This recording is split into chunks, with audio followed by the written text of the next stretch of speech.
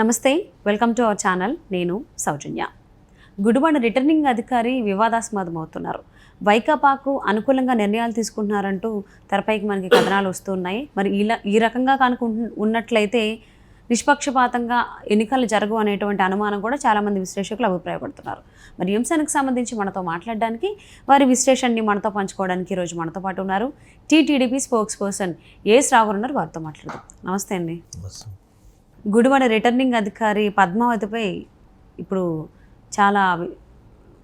ఆవిడ పైన చాలా ఆరోపణలు వస్తున్నాయి. వైకాపాకు చాలా అనుకూలంగా ఆవిడ వర్క్ చేస్తున్నారు అని. మరి ఇలా ఆవిడ వ్యవహరిస్తున్నట్లయితే ఇప్పుడు జరగబోయేటువంటి ఎన్నికలు నిష్పక్షపాతంగా జరగవు అనేటువంటి అనుమానాలు కూడా వ్యక్తమవుతున్నాయి. దాని గురించి మీరు ఏమంటారు? సౌజన్య గారు, ముఖ్యంగా ఎన్నికలలో ప్రజలు వచ్చి ఎన్నికల పోలింగ్ బూత్కి వచ్చి ఓటు వేయడం ఒక పర్వం అయితే, అధికారులు నిష్పక్షపాతంగా వ్యవహరించడం మళ్ళీ ఇంకో ఎత్తు అయిపోయింది ఇప్పుడు.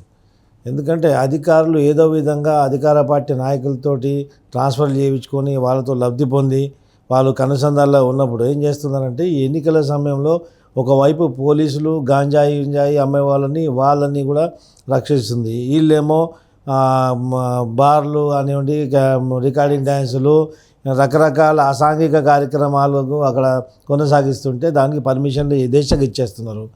అదే కాకుండా ఇసుక తవ్వకాలు హైదరాబాద్లో ఉంటూ ముఖ్యమంత్రి బంధువులని చెప్పించుకుంటూ అక్కడ వందల ఎకరాలు ఇసుక తవ్వేసుకుంటున్నారు, ఇసుక దొంగతనం చేస్తున్నారు. అలాంటి ఇసుక వ్యాపారాలు, ఇసుక మాఫియా నడుస్తుందని చెప్పేసి పదే తెలుగుదేశం పార్టీకి సంబంధించిన స్థానిక నాయకులు, నియోజకవర్గం చెందిన నాయకులు, అదేగాక జిల్లా నాయకులు కూడా ఎన్ని మాటలు రకరకాల కంప్లైంట్లు ఇచ్చినా ఈ ఆర్డీఓ పద్మావతి గారు అసలు నిమ్మకు నీరెత్తినట్టు దున్నపోతు మీద వర్షం పడ్డట్టు అసలు స్పందించడట్లేదు. దీనికి కారణం ఏంటంటే మేము వైసీపీ కోవట్టు, ఖచ్చితంగా వైసీపీ కోవట్టు. ఇలాంటి వ్యక్తుల్ని ఒక రిటర్నింగ్ అధికారిగా పెట్టి ఒక నియోజకవర్గంలో, ఎందుకంటే ప్రజాస్వామ్యాన్ని కాపాడడం కోసం, ప్రజాస్వామ్యంలో ఒక భాగం అది, కీలకమైనటువంటి పర్వం అది ఈ యొక్క ఎన్నికలు అనేది. అలాంటి ఏమంటారు మహోన్నతమైన కార్యక్రమం అనొచ్చు, లేకుంటే ఒక అతి ముఖ్యమైనటువంటి కార్యక్రమం అనొచ్చు. అంత ప్రాధాన్యత ఉన్నటువంటి ఈ యొక్క పర్వాన్ని రిటర్నింగ్ ఆఫీసర్ అంటే అదొక గౌరవప్రదం. అలాంటి రిటర్నింగ్ ఆఫీసర్కి ఈ యొక్క ఎన్నికల కోడ్ ఉన్నప్పుడు, ఎన్నికల కోడ్ స్టార్ట్ అయ్యి ఎన్నికలు అయిపోయి రిజల్ట్ అనౌన్స్ చేసి సర్టిఫికేట్ ఇచ్చేంత వరకు కూడా వీళ్ళకు సర్వ అధికారాలు ఉంటాయి, వీళ్ళకు ఉన్నటువంటి పవర్స్ ఉంటాయి. అలాంటి ప్రివిలేజీలు ఎంజాయ్ చేసుకుంటూ, అలాంటి ప్రివిలేజ్ ఉన్నటువంటి స్థానంలో కూర్చొని ఇలాంటి సిగ్గుమాలిన పనులు చేస్తే ఈ యొక్క అలా కూర్చున్నటువంటి కుర్చీకి, అలా స్థానానికి, అలా ఉద్యోగానికి కూడా ఇది సిగ్గుచేటు. ఇలాంటి కార్యక్రమాలు చేస్తుండ్రు. ఇప్పుడు చూడండి, కొడాలి నాని గుడివాడ నియోజకవర్గానికి వస్తే, కొడాలి నాని రకరకాల ఇసుక దందాలు, అసాంఘిక కార్యక్రమాలు, ఈ బార్లు, పబ్బులు, రికార్డింగ్ డ్యాన్స్లను అనేకమైనటువంటి ఇల్లీగల్గా అక్కడ నెలకొన్నది. ఇల్లీగల్గా ఫంక్షన్ హాల్స్ కానీ, భూ కబ్జాలు కానీ, రివర్ బెడ్లు కబ్జాలు కానీ అవన్నీ చేస్తున్నాడు.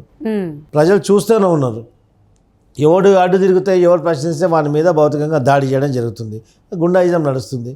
అయినప్పటికీ కూడా వీరోచితంగా పోరాడుతూ తెలుగుదేశం పార్టీ నాయకులు ఆర్డీఓ కంప్లైంట్ చేస్తే ఇప్పటి వరకు ఒక కంప్లైంట్ కూడా ఆమె నమోదు చేసుకోలేదు, స్పందించే దాఖలాలు లేవు. అలాంటి విషయం అక్కడ, ఎందుకంటే దీనికి క్లియర్గా ఏమర్థం అవుతుంది, అక్కడ ప్రజాస్వామ్యం అనేది గుడివాడ నియోజకవర్గంలో లేదు. ఒకవైపు పూర్తి ఆంధ్రప్రదేశ్లో లేదు, మరీ ఎక్కువ అంటే గుడివాడ నియోజకవర్గంలో అసలు బయట నుంచి అధికారులు కానివ్వండి, అక్కడ ఉన్నటువంటి అధికారులు కానీ ఎవడు అక్కడ స్పందించే పరిస్థితి లేదు. ఆ విధంగా నడుస్తుంది. ఇంకోటి, గుడివాడ మున్సిపాలిటీ నుంచి అద్దెకు తీసుకున్నటువంటి భవనాలు, ఆ భవనాలు పైన వస్తున్నటువంటి భవనాల నుంచి వస్తున్నటువంటి ఇన్కము, ఆదాయము అనేది ఖచ్చితంగా మీ అఫిడవిట్లో పొందుపరచాలి. కొడాలి నాని దాన్ని పొందుపరచలేదు. ఓకే, ప్రజాస్వామ్యంలో ఒక హక్కు, ఒక ప్రతిపక్ష నాయకుడు కానీ ఇంకో వేరే క్యాండిడేట్ కానివ్వండి, ఆ ఫైల్ చేసినటువంటి అఫిడవిట్లో ఎన్నికల కమిషన్ ఎందుకు ఇంత పారదర్శకత చేస్తుంది? క్యాండిడేట్ ఈరోజు అఫిడవిట్ దాఖలు చేయగానే సాయంకాలం కల్లా దాన్ని అప్లోడ్ చేస్తుంది పబ్లిక్ డొమైన్లో. ఎందుకంటే నిష్పక్షపాతంగా ఎన్నికలు జరగాలని చెప్పేసి మంచి ఉద్దేశంతో. అదేవిధంగా నీ మీద ఉన్నటువంటి నేర చరిత్ర, నీ మీద ఉన్నటువంటి కేసులు పెండింగ్లు, నీకు శిక్ష పడ్డటువంటి మొత్తం నీ నేర చరిత్ర మొత్తం 3 సార్లు ప్రముఖ పేపర్లలో యాడ్ రూపంలో ఇవ్వాలని చెప్పేసి నిబంధన కూడా పెట్టింది. ఎందుకు? మేము ఎన్నుకోబోతున్నటువంటి ప్రజాప్రతినిధి మంచివాడా, దొంగనా, దోపిడీదారుడా, అసాంఘిక కార్యక్రమాలకు పాల్పడ్డా ఆయన నేర చరిత్ర ఏ విధంగా ఉన్నదనేది ప్రజలకు ఒక అవగాహన తెలపడానికి, ప్రజలకు ఒక అవగాహన తీసుకురావడానికి ఎన్నికల కమిషన్ చేసిన విషయం.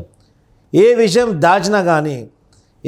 దాచినా కానీ దాంట్లో పీపుల్స్ రిప్రజెంటేటివ్ యాక్ట్ 1951 ప్రకారంగా ఈ యొక్క ఎలక్షన్ కమిషన్ రూల్ బుక్ అనుసారంగా దాని ప్రకారంగా ఖచ్చితంగా మీకున్నటువంటి ఆస్తులు, మీకున్నటువంటి ఆదాయం కానీ, మీపై ఉన్నటువంటి అభియోగాలు, కేసులు, మీకైనా పడ్డటువంటి శిక్ష, లేకుంటే శిక్ష అనుభవించిన ఏ విధమైన నేర చరిత్ర ఉన్నా ఖచ్చితంగా మీ ఎన్నికల నామినేషన్లో అఫిడవిట్లో పొందుపరచాలా.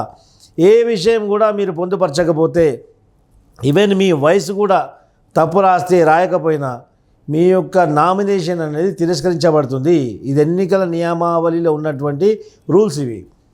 దీని అన్నిటి కూడా పక్కకు పెట్టి, ఇవన్నీ కూడా ఏమాత్రం పట్టించుకోకుండా, ఎన్ని కంప్లైంట్లు ఇచ్చినా నేను యాక్సెప్ట్ చేస్తున్నా, నేను ఆమోదిస్తున్నా ఆయన నామినేషన్ని, మీకేమైనా అభ్యంతరం ఉంటే పోయి ఎన్నికల కమిషన్ కలవండి అని చెప్పేసి ఇలా ఎరగంటగా సమాధానం ఇవ్వడం ఒక అధికారికి కరెక్ట్ సూట్ కాదు. రేపు రానున్న తెలుగుదేశం పార్టీ ప్రభుత్వం, ఆ తర్వాత ఆమె కథ ఏమవుతుంది? అప్పుడు ఎక్కడ ముఖం వైకుంటుంది ఆమె? అధికారులు అనేది నాయకులు, పార్టీలు, ప్రభుత్వాలు మారుతూ ఉంటాయి. అధికారులు అక్కడే ఉంటారు. అవును. అధికారులు నిష్పక్షపాతంగా ఒక పార్టీకి అనుకూలంగా కానీ వ్యతిరేకంగా కానీ పనిచేసే అవసరం లేదు.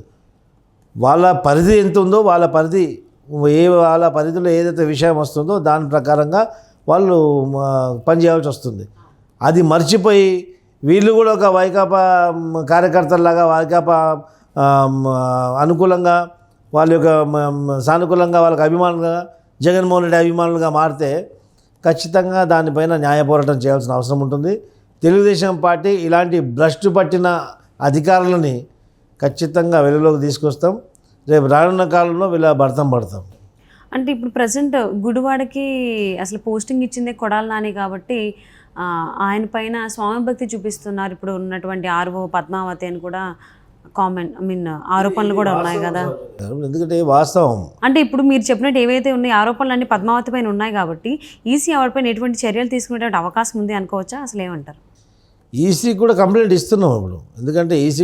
ఎందుకంటే ఒక రిటర్నింగ్ అధికారిగా బాధ్యతలు అప్పచెప్పిన తర్వాత వాళ్ళు విధుల్లోకి వచ్చేస్తారు. ఇప్పుడు రిటర్నింగ్ అధికారిని మార్చే అవకాశం అంతగా ఉండదేమో, అని నేను అనుకుంటున్నాను. మళ్ళీ కూడా ట్రై చేస్తున్నారు మన తెలుగుదేశం నాయకులందరూ కూడా. కేంద్ర ఎన్నికల కమిషన్ కూడా సంప్రదిస్తున్నారు. ఇమీడియట్లీ ఆమెను మార్చమని చెప్పి కూడా డిమాండ్ పెడుతున్నారు. ఒకవేళ ఆమెను మార్చితే ఇట్లా ఇంకా వేరే ఆల్టర్నేటివ్ ఎవరైనా చూస్తారేమో చూడాలా. ఎందుకంటే ఎన్నికల కమిషన్, రాష్ట్ర ఎన్నికల కమిషనర్ కూడా చెప్పవచ్చు. ఇప్పుడు ఈ అధికారి కాదు, రాష్ట్ర వ్యాప్తంగా ప్రతి నియోజకవర్గంలో అదే జరిగినాయి. ఏ ఆర్డీఓని, ఏ ఎంఆర్ఓని వీళ్ళకి దోచుకోనికే, కబ్జా చేయడానికి అనుకూలంగా ఉంటుంది కాబట్టి ఆ యొక్క నియోజకవర్గాల ఎమ్మెల్యేలు, ఆర్డీఓలను ఏరికోరి, ఎంఆర్ఓలను ఏరికోరి తీసుకొని పోస్టింగ్లు ఇప్పించుకున్నారు. ఇది మనం గత 5 సంవత్సరాల నుంచి చూస్తూనే ఉన్నాం. దాని పరిణామం ఇది. సో మరి గుడివాడ రిటర్నింగ్ ఆఫీసర్ పద్మావతి పైన చర్యలు తీసుకుంటారా లేకపోతే ఏంటి? ఒకవేళ ఇప్పుడు ఏదైతే ఆవిడ చేస్తున్నారో, స్వామి భక్తిని ప్రదర్శిస్తున్నారు అంటున్నారు, అదే కనుక ప్రదర్శించినట్లయితే మరి గుడివాడలో నిష్పక్షపాతంగా ఎన్నికలు జరగవనేటువంటిదా ఒక ఆరోపణ. చూద్దామండి మరి ఏం జరుగుతుంది ఏంటి అని. నిష్పక్షపాతంగా అధికారులు వివరించకున్నా ప్రజలు వివరిస్తున్నారు. ప్రజలకు తెలిసింది, ప్రజలకు దుర్మార్గులని ప్రజల్లో తెలిపోయింది. ఖచ్చితంగా కొడాలి నాని ఓడిపోబోతున్నాడు. ఆ తర్వాత తెలుగుదేశం ప్రభుత్వం వస్తుంది. అప్పుడు ఇలాంటి అధికారులు ఉన్న పనంతా వాళ్ళ భర్తం పట్టడం ఖాయం. సో మరి గుడివాడ రిటర్నింగ్ ఆఫీసర్ పద్మావతి పైన చర్యలు తీసుకుంటారా లేకపోతే ఏంటి? ఒకవేళ ఇప్పుడు ఏదైతే ఆవిడ చేస్తున్నారో, స్వామి భక్తిని ప్రదర్శిస్తున్నారు అంటున్నారు, అదే కనుక ప్రదర్శించినట్లయితే మరి గుడివాడలో నిష్పక్షపాతంగా ఎన్నికలు జరగవనేటువంటిదా ఒక ఆరోపణ. చూద్దామండి మరి ఏం జరుగుతుంది ఏంటి అని. నిష్పక్షపాతంగా అధికారులు వివరించకున్నా ప్రజలు వివరిస్తున్నారు. ప్రజలకు తెలిసింది, ప్రజలకు దుర్మార్గులని ప్రజల్లో తెలిపోయింది. ఖచ్చితంగా కొడాలి నాని ఓడిపోబోతున్నాడు. ఆ తర్వాత తెలుగుదేశం ప్రభుత్వం వస్తుంది. అప్పుడు ఇలాంటి అధికారులు ఉన్న పనంతా వాళ్ళ భర్తం పట్టడం ఖాయం.